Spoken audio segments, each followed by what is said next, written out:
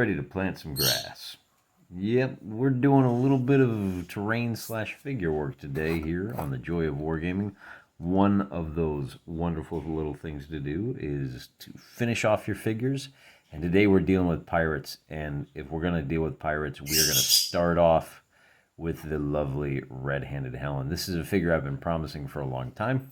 And while we talk about wargaming stuff, we are going to go ahead and I'll just show you how I like to handle my finishing touches. And as you can see, I have just started. There we go. So we just dribble on a little bit of that. And I just use a toothpick and I just put it wherever it looks like it needs it. I kind of clean up the sides there. And then I do have a second tin. This is just your regular old static grass tin right there. And all we're going to do today is sprinkle on a little static grass. Making it look good. Tap off the excess. And there you go. Red-Handed Helen is just about ready. Now, before I put the grass on, I always hit these guys, or gals, as you can see, with a double coat of protectorant. The first coat is going to be a brush-on flat acrylic. The second coat is going to be a spray dull coat. And to kind of take off just that last little bit of shine. For some reason, the flat acrylic brush-on has a little bit of gleam to it. And rather than let the camera pick that up, the beautiful thing about finishing off all of your figures this way is that you can hide any last little mistakes if you didn't get enough paint on and you want to cover up, or if there's not enough sand. So I've shown you in the past that my bases are just regular old beach sand glued down and painted to suit. So there's another pirate. Now I have what I did with these pirates, and you'll see as we go. I bought 2 packs, one of the melee boys and one of the shooty boys. Let's see if I can find a shooty boy. Here we go. He's got some kind of a musketoon. And if you get those 2 packs alone, these are all Rebel Minis figures, you get way more pirates than you're likely to ever need. Now, I cut myself off at 18. I should point out, Red-Handed Helen here came with a pack of piratey lasses. You got about 6 of them. And then I also bought a pack of the captains. And I don't honestly remember which of these guys. I mean, it's pretty obvious when you look. So here's a great example. This patch right here, there's a little hole that doesn't look very natural. So I'm going to make sure that I cram some extra glue in there. My static grass is going to cover that up. If I have any gaps down here where the base meets the sand, I'll just make sure I get some grass in there, bro. And there's, I see guys that do the whole 9 yards where they take this out and they have like a flower snifter or what do you call it? A strainer. And they tap, tap, tap for 15 millimeter. And that really does add a more natural look. It helps the grass stand up. But for our purposes here, that's fine. Here's one of my favorite figures. This is one of the captain figures. You can see he's a bit of a gray hair. And look at that. Who's that? He's got a parrot on his shoulder. So, of course, we went with the red-tailed African gray. And once again, you can see right here on the base. Let's make sure we zoom in and focus that real good. Right here on the base, there's a hole. And you can see where the figure base meets the washer. All my boys are based on washers. So we're going to make sure that we jam a little bit of extra glue in there. Now, this pirate is a bit of a peg leg, but I painted him with the royal purple. Bit of a king. He's got that dapper southern gentleman Colonel Sanders mustache. A bit of a French look to him, if you ask me. Shout out to our friends in French Lick.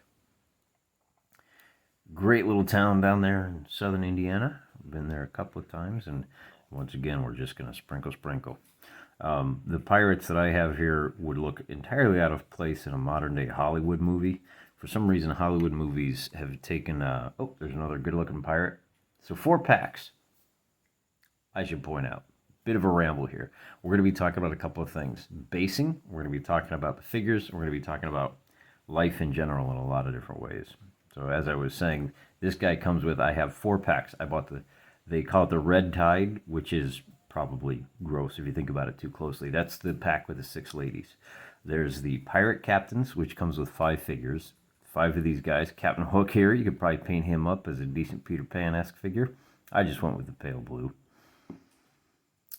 And then you can get a pack of, and I've only painted half of the shooters and half of the melee guys. Now I got both packs to give myself a little bit more variety. Once you base and paint all those guys, you're going to have a pretty good chunk of pirates left over. This is only about half. I've got 28 of them, which is all I'll really need. Remember, I'm mostly a skirmish wargamer.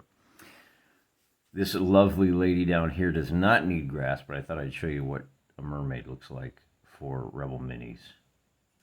Sitting on a rock, which is a clever way to do a mermaid. This would be a really good centerpiece for like a fountain. See if we can get her to focus in a little bit better. Yeah, she's ready. More of a witch. Not the kind of mermaid you want to take home to meet mom, if you know what I'm saying. So, captains, ladies, shooters, it's like $25, and you get like, I don't know, 60 guys. This one's holding the chest. And, you know, green and brown makes for excellent contrast. Nice eclectic paint here, bright cheery colors, because we like our figures to be as pretty as possible. I tell you, I was watching a much larger channel than mine the other day. Bear in mind, I filmed this like 3 weeks ago. And he was talking about some hot new trends in miniature wargaming art. And he started off with some kind of like Chester Jitsu. I don't remember what it's called, but he said, oh yeah, this is art style that is named after the guy that started it. And the artist in question is one of the guys responsible for the Warhammer 40,000 signature look. Oh, see, I probably should have done a little better job on that side. Oh well. I'll clean it up in post. Another tricorn feller. He's lugging an axe. He said, so this new art style is mimicking something that's been around for 40 years. And I thought, oh, well, that's the new art style, huh? 40 years old, and that's the new art style? Interesting. And it's basically the, you've probably seen it, the grim dark look, where everything is muddy, everything is dirty, everything is gross and miserable. I thought, okay, yeah, I'm familiar with that. I've seen it. I've rejected it for reasons we'll get into in a bit. Then he said, now there's this other new art style, and it's yeah, you've probably seen it in some of the newer games. Like there's one called Sludge. So here's one of our shooty boys. Of course, I painted him as kind of a Barbary pirate. He's got the dark pants, dark hat, which kind of gets blended in with his darker hair, but that's all right. Great example. See this little white here? I don't like that white speck. So I'm going to take the time to cover it up. There's a new game out that has a lot of people excited. It's called Sludge, and it's a post-apocalypse. It's kind of a black powder fantasy, and it's basically taking Napoleonic era, maybe World War I, putting your own new spin on it by making it uglier and grubbier. So there's your second art trend. The first one was making things uglier and grubbier. And then the second one was taking things and making them uglier and grubbier. And I thought, all right, I wonder what the third one is going to be. And much to my surprise, the third trend is making things uglier and grubbier. The example that he listed was a game called Turnip 28, or a style, if you will. Turnip 28. Nice blue pants figure here, looking sharp. Little blondie feller. So Turnip 28 is basically, hey, what if Napoleonics? But you take out all of the color, the beauty, the pageantry, and you just make it uglier. And I thought, wow, that's a third trend, huh? That's not a trend, guys. If you've got 3 different data points about the rising popularity of making things grosser and uglier and less fun to look at, 3 data points is not a trend. Now, I'm a sciencer for a living. I do scienceology. And I can tell you that 3 data points makes a trend. It's not 3 trends. So, you know, that's just a little bit of, you know, for those of you that wubbed to science, there's a little science tip for you. 3 data points for a trend. 2 data points is a coincidence, but 3, now you can draw a line. You can establish a trend. And so there's this big trend of making things darker and grimmer and uglier and grosser. And maybe it's because I'm a relative neophyte. Hey, this guy's got a pretty sharp looking mustache. Look at him. Maybe kind of a Southeast Asian look to this guy. Actually, it looks like a Mongol ready to pirate. Now, maybe, I find this a bit odd, to be honest with you, that you would sit down at your table and you would go about trying to make things uglier. Because I think, if you really are interested in ugly things, you can just turn on the news, You can just open your window, go for a walk. Particularly those of you that live down in Australia, if you know what I mean. The world is a pretty ugly place. It gets that way all on its lonesome. It doesn't need my help.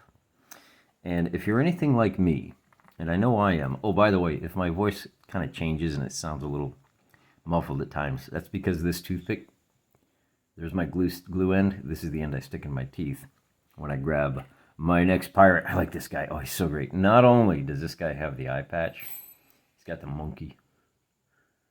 Little Harambe Jr. sitting on his shoulder. See his little J-shaped tail there? Hello, monkey. Yeah, the world is ugly enough. It doesn't need my help. I am far more interested in... And well, I'll tell you the other thing is, when I sit down at the Wargaming table, it's an escape for me. It's a relief from the rest of the world. And speaking as a guy that's got a pretty good life, when I do my escape, I'm really not all that interested in escaping to a place of grimness and dourness and cynicism. That's oh, hello, Mr. Giant Ant. What are you doing, huh? See what I mean? There's pests all over the place. If I'm going to recreate something on the table, I want it to be good. I want it to be beautiful. I want to look at lovely things. I like to look at pretty things. The art museums that are full of ugly stuff. This guy's biting down on his knife. Again, these are all from Rebel Minis, for those of you that aren't aware. So he's got 2 swords and one in the throat, one in the mouth. What kind of night is he planning? Once again, here's another example. You can see exactly where that line that separates base from washer. So we're going to stick some grass right in there for sure. I think maybe I noticed this because I'm one of those guys that's been doing this for 3 decades and for the longest time resisted getting involved in the Napoleonic side of this hobby. And just this year, you've seen it happen. I started getting into the Napoleonic. Oh, and don't worry, I have another tin, so if we run out, no problem. We'll just crack open a fresh boy. And I have been enormously gratified. Now, I started gaming 2mm Napoleonics. And because I wanted to do some big battle sweeping, back and forth, large armies, hither and yon kind of thing. We got some nice red pants here. Kind of a blondie. I think this guy, his facial features look a little more Asian to me. I don't think it's come up on the camera. Oh, big bounce. Hey, Biscotti. Biscotti's sitting on my shoulder as we do this, by the way. And if you want to know what Biscotti looks like, we'll just go look at this figure again. My little red tail. I have been enormously gratified to discover that Napoleonics is way more fun than I anticipated. Not only that, it's way more beautiful. The bright costumes, the incredible uniforms. You get a bunch of guys together, and they really are just, it's just a good-looking hobby when you do it right. And so I'm a little confused. Well, I shouldn't say that. I'm not confused because I'm a pretty smart dude. I'm smart enough to talk about 3 different subjects at once. You're smart enough to follow. So I think you know where I'm going with this. And, we should probably stop. A lot of you guys swing by and you're involved with with Wargaming for validation. And you just want everybody to tell you that you never do anything wrong and everything you do is great. And this is not that channel. This is not that channel. This is the channel where we have strong opinions and we hold to them. And sometimes we bust our chops. Now, that said, I'm not the boss of you. I ain't no guru. You do what's best for you. That ain't no problem. If you want to be wrong, if you want to be ugly, if you want to embrace gross stuff, go for it. No sweat off my brow. You're the one that has to look at that gross stuff all the time, not me. Go ahead, have fun. You can be wrong. We don't care. We don't judge. But I just, it's beyond me why you would take something as wonderful as Napoleonics and say, you know what, that would be so much cooler if if we just rubbed poop all over it. Actually, and again, I'm a pretty smart cookie, so I get it. And the feller that was talking about these three, actually one trend, it was a guy with a white hat, ponytail back there. He actually let the cat out of the bag, and he admitted what the issue was when he's working on these things. What's great is if he makes a mistake as he's painting his brown on brown on brown, if he makes a mistake, he can just go, oh yeah, it's supposed to be gross. It's supposed to be, that's not a mistake. I just rubbed some dirt on it. Okay. You know, I'm not entirely opposed to the concept of just rub some dirt on it. Stoicism is a good thing, you know, being able to kind of grit your teeth and power through difficult situations. I know when I get done with my illegal fight nights down there in the basement of the speakeasy bar, there's another guy, nice bright green and yellow. It's such a great color combination. He's got the white bandana on, a little bit of contrast, kind of a Asian tone to his flesh. You know, when I'm done going 3 rounds in a ring with a guy that's got a face like a squash potato and a nose that's been broken more times than I've gotten out of bed, yeah, rub some dirt on it is appropriate.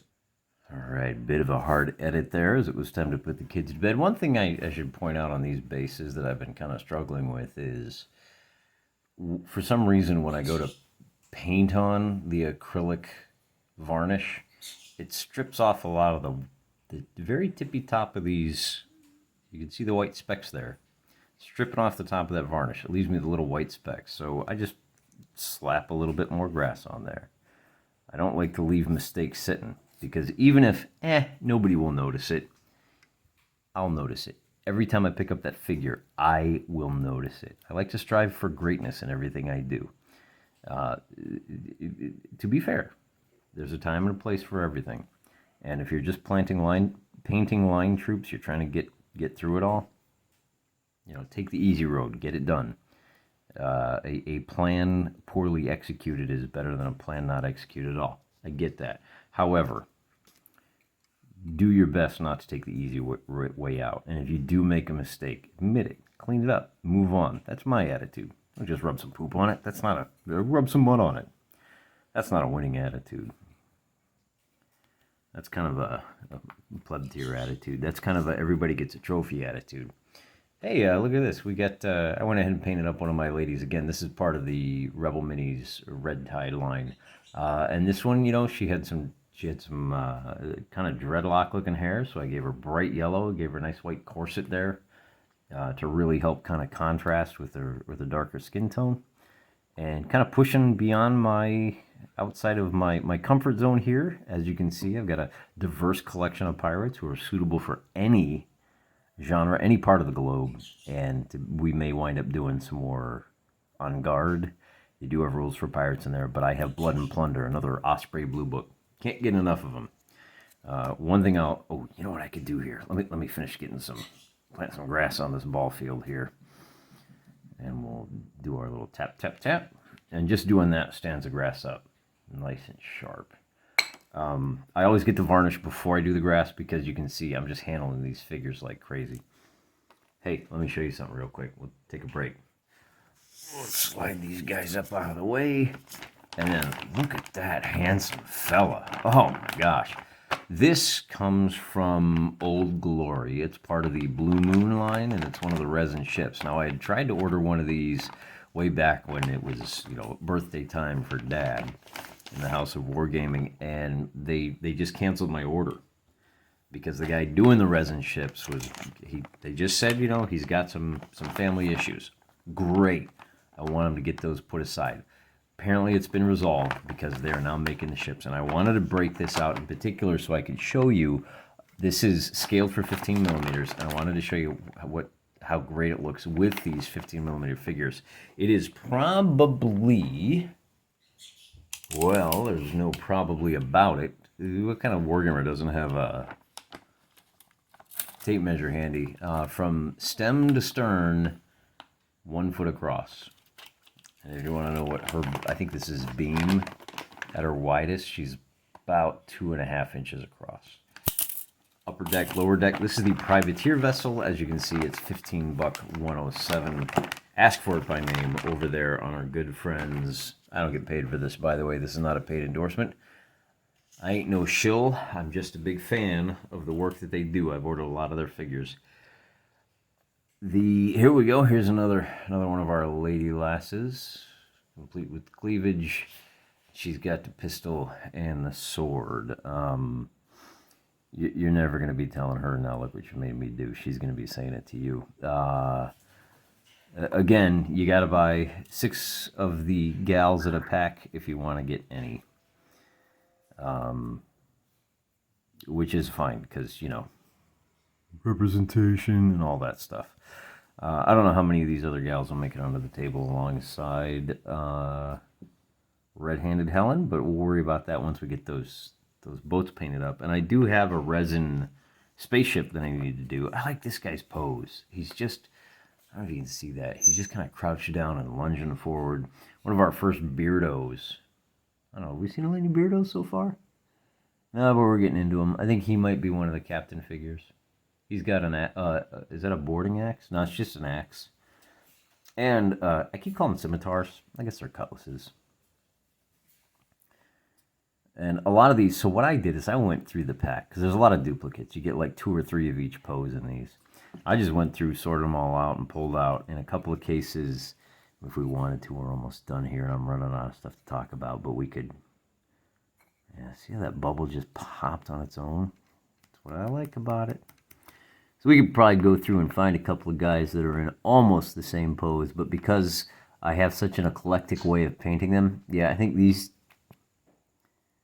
let me see here. Ah, here we go. These two fellas are the exact same figure, but just with a simple paint job, mixing up the ground cloth. They even have the same color bandana, but it took me a lot longer than you might expect to find them, because just that little bit of difference. And there is another pair of guys here too that are the same. I think it's these two fellas. Yeah, again, these two fellas. These are the exact same figure. The red bandana, the blue bandana. Even the same color pants and boots. But again, an old guy with darker skin and a biker guy, and suddenly you've got 2 figures.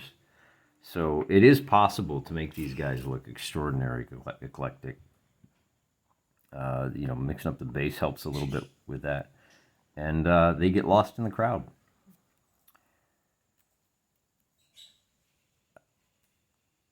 So where were we at? What were we talking about? We were talking about, oh God, you gotta be kidding me. Sorry, a little glitch there, guys. I'm not dealing with the best of equipment here. It's really made for selfies, and I'm pointing it the wrong way, so it tends to fall over. Do the best you can with what you got. We're going to edit out that little error, just like you should do with your figures. You make a little error. So as I was saying, these two guys are, in point of fact, the same casting, but they are now totally different figures. They both come out of the Pirates with Firearms range, and they look really sharp. What kind of rules we're going to use for these? Blood and Plunder. I don't think it has a great reputation. I haven't seen a whole lot of information on it. Maybe when it came out a few years back. Again, it's an Osprey Blue book. We're fans of that series. They kind of hit the sweet spot for getting into a new series, and some of them are fairly innovative. The Blood and Plunder uses an interesting mechanic where most morale systems are just keyed in purely to bravery. For pirates, it's not about bravery. You actually have kind of a slider that deals with greed and fear, the 2 things that most motivate a pirate, which is a great way to look at it, because the question is going to be, which are you more of? And it's a way to kind of measure the risk versus reward. At a certain point, your troops are going to decide that the amount of gold or plunder or booty that they're going to get out of today's mission ain't worth the danger. You know, these are practical fellas. And so if their greed is higher than their fear, they're going to keep on doing what you need them to do in order to meet the victory conditions. But if they get too afraid because they see too many of their shipmates getting blown to smithereens by the redcoats, by the law, by those Spaniards, then they're going to boogie on out of there. You know what? I don't care how much plunder is in there. It ain't worth this. There's another little lady, easy on the eyes for you. This one's dressed all in blue. Hey, remember that our red-handed Helen was the cause of the first elopation war. And she snuck off when she should have been marrying the prince of a kingdom. So I painted her white on white. I used the yellow versus the blue. So she's kind of that, the jilting bride. She is not the jilted bride. She's the one that jilted her tubby and cowardly groom and made off with a dowry. So we're going to do some more further adventures of Red-Handed Helen. We get done with those, then we'll be able to do some more big battles on the Napoleonics. And we'll put together some more imaginations. We've got the Green Nation left to figure out what their deal is, and we'll probably do a follow-up war 2 or 3 years later, but it's all going to depend on what happens with Blood and Plunder. So she will have to win a crew and earn a crew, and if she earns a crew, then maybe we'll run a little mini campaign to see if she goes full Conan and graduates from being a corsair on the seas of Bellamunda and is able to win enough plunder to score herself a kingdom of her own. Or alternatively, she may just be kind of a free agent, kind of a wildcat out there on the seas that gets hired by the monarchs of the existing 5 kingdoms. I don't know what it's going to be. It's all going to depend on the dice. Here's another. Is this a guy? Yeah, this guy's got dreadlocks. So, you know, I gave him kind of that Bob Marley look to him. Nice bright red, black sash. Let you know that he is on Team Pirate, as the rest of these guys are. I compare these guys up. Now, one of the things to point out is that in my collection, for those of you that have been around the channel for a while, you'll know that most of my British troops are wearing tricorns, and I'm just hitting them with the red jackets. And I did that because it allows me to use them as villains or heroes, depending on your point of view, in these piratey stuff. All right, the Royal Marines going after the pirates, and one last lady. She's got the big sticks and the black bandana. Now that I look at her bandana's pulled pretty low over her eyes. She looks like that one chick in that one movie with the thing in the. You're not supposed to see anything. I don't know. I don't watch movies anymore. They're pretty ugly things.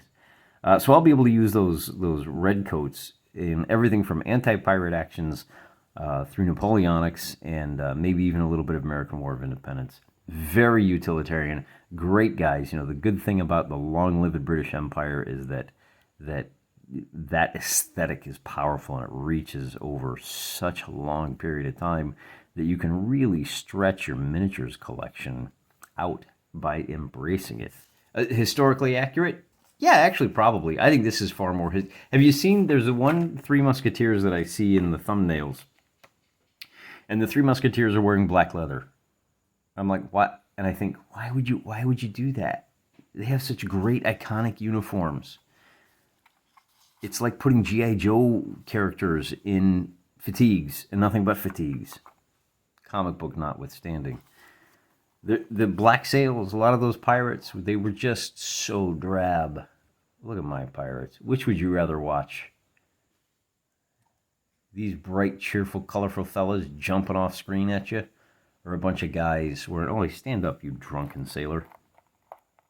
Or a bunch of guys wearing blacks and browns. Well, just put a brown wash on it. That'll fix everything. That'll help tie it all together. I don't want a brown wash. I want a nice, bright red tail. Like this guy right here, fluffing up behind me. No, don't eat the camera there, buddy. Like old Bisco. Surprise! We got a nice cameo. Hey, anyway, that's my figures. Looking good, looking bright. Who wouldn't want a game with those? The green grass really helps them kind of pop off the base, And one last thing I'll point out, I always base all of my figures this way because once your eye is trained to see that, it fades away. So even if they're running around inside a building, I tend to not even see the bases anymore. It's going to be interesting if I put these guys on the deck of a pirate ship to see how the grass is growing under their feet everywhere they go. Hey, you can't win them all, and you can't make a figure for every single footing. And the clear acrylic bases that I see people use, even those, when I look at it, yeah, you can see the ground beneath them, but they look like they're hovering. So, there's no perfect solution. Pick what you can, go with it, make the best of it. Make the best of it. Push yourself to excel, guys. You're better than what you're doing today. You're capable of so much more. And I believe in you. And not only do I believe in you, I'm praying for you.